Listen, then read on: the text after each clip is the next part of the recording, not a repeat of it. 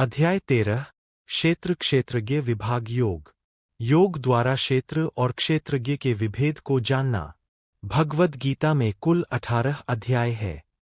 इनका 3 खंडों में विभाजन किया जा सकता है। प्रथम खंड के 6 अध्यायों में कर्मयोग का वर्णन किया गया है।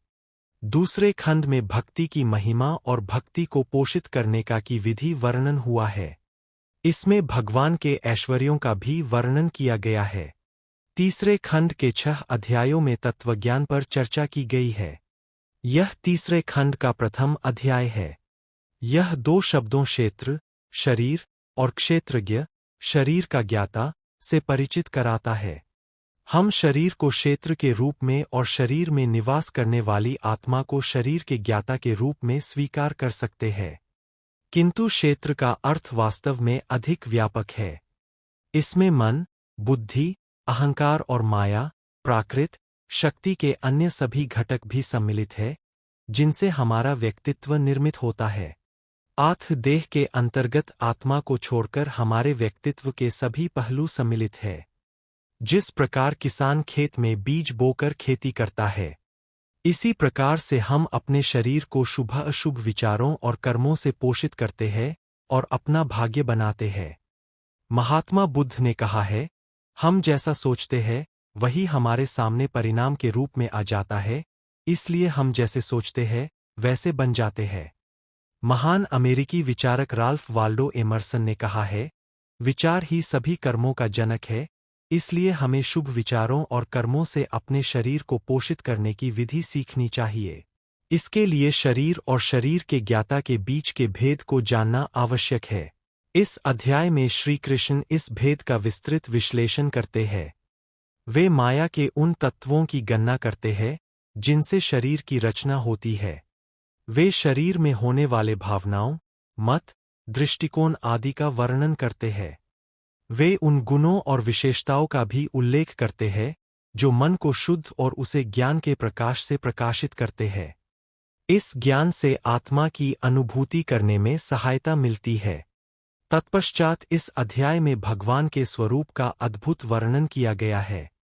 भगवान विरोधी गुणों के अधिष्ठाता है, अर्थात वे एक ही समय में विरोधाभासी गुणों को प्रकट करते हैं। इस प्रकार से वे सृष्टि में सर्वत्र व्यापक भी है और सभी के हृदयों में भी निवास करते हैं। इसलिए वे सभी जीवों की परम आत्मा है। आत्मा, परमात्मा और माया शक्ति का वर्णन करने के पश्चात श्री कृष्ण आगे यह व्याख्या करते हैं कि जीवों द्वारा किए जाने वाले कर्मों के लिए इनमें से कौन उत्तरदायी है और संसार में कारण और कार्य का कर्ता कौन है। वे जिन्हें इसे भेद का बोध हो जाता है और जो भली भांति कर्म के कारण को जान लेते हैं, वही वास्तव में देखते हैं और केवल वही दिव्य ज्ञान में स्थित हो जाते हैं। वे सभी जीवों में परमात्मा को देखते हैं और इसलिए वे किसी को अपने से हीन नहीं समझते। वे एक ही माया शक्ति में स्थित विविध प्रकार के प्राणियों को देख सकते हैं और जब वे सभी अस्तित्वों में एक ही सत्ता को देखते हैं, तब उन्हें ब्रह्मा की अनुभूति होती है। श्लोक 1। अर्जुन ने कहा है, केशव, मैं यह जानने का इच्छुक हूं कि प्रकृति क्या है और पुरुष क्या है तथा क्षेत्र और क्षेत्रज्ञ क्या है। मैं यह भी जानना चाहता हूं कि वास्तविक ज्ञान क्या है और इस ज्ञान का लक्ष्य कौन है। श्लोक 2। परम पुरुषोत्तम भगवान ने कहा, हे अर्जुन, इस शरीर को क्षेत्र, कर्म क्षेत्र के रूप में परिभाषित किया गया है और जो इस शरीर को जान जाता है उसे क्षेत्रज्ञ, शरीर का ज्ञाता, कहा जाता है। श्लोक 3। हे भरतवंशी, मैं समस्त शरीरों के कर्म क्षेत्रों का भी ज्ञाता हूँ।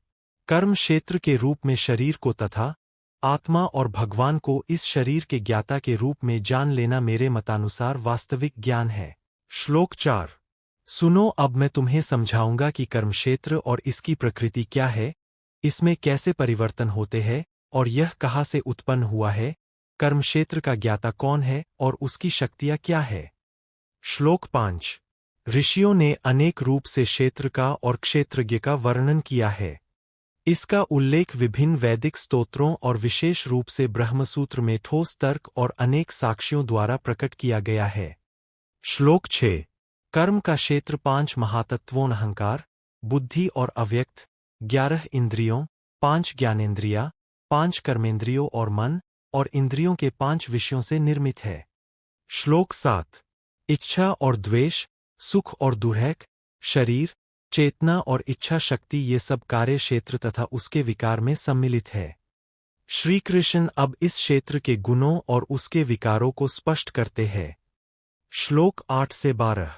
नम्रता, आडंबरों से मुक्ति, अहिंसा, क्षमा, सादगी, गुरु की सेवा, मन और शरीर की शुद्धता, दृढ़ता और आत्मसंयम, विषयों के प्रति उदासीनता, अहंकार रहित होना, जन्म, रोग, बुढ़ापा और मृत्यु के दोषों पर ध्यान देना, अनासक्ति, स्त्री, पुरुष, बच्चों और घर संपत्ति आदि वस्तुओं के प्रति ममता रहित होना, जीवन में वांछित और अवांछित घटनाओं के प्रति संभाव, मेरे प्रति अनन्य और अविरल भक्ति, एकांत स्थानों पर रहने की इच्छा, लौकिक जनों के प्रति विमुखता, आध्यात्मिक ज्ञान में स्थिरता और परम सत्य की खोज, इन सबको मैं ज्ञान घोषित करता हूँ और जो भी इसके प्रतिकूल है उसे मैं अज्ञान कहता हूँ। श्लोक 13। अब मैं तुम्हें वह बताऊंगा जो जानने योग्य है और जिसे जान लेने के पश्चात जीव अमरत्व प्राप्त कर लेता है। यह जे तत्व अनादि ब्रह्मा है जो सत और असत से परे है। श्लोक 14। भगवान के हाथ, पाँव, नेत्र, सिर तथा मुख सर्वत्र है। उनके कान भी सभी ओर है क्योंकि वे ब्रह्मांड की प्रत्येक वस्तु में व्याप्त है। श्लोक 15।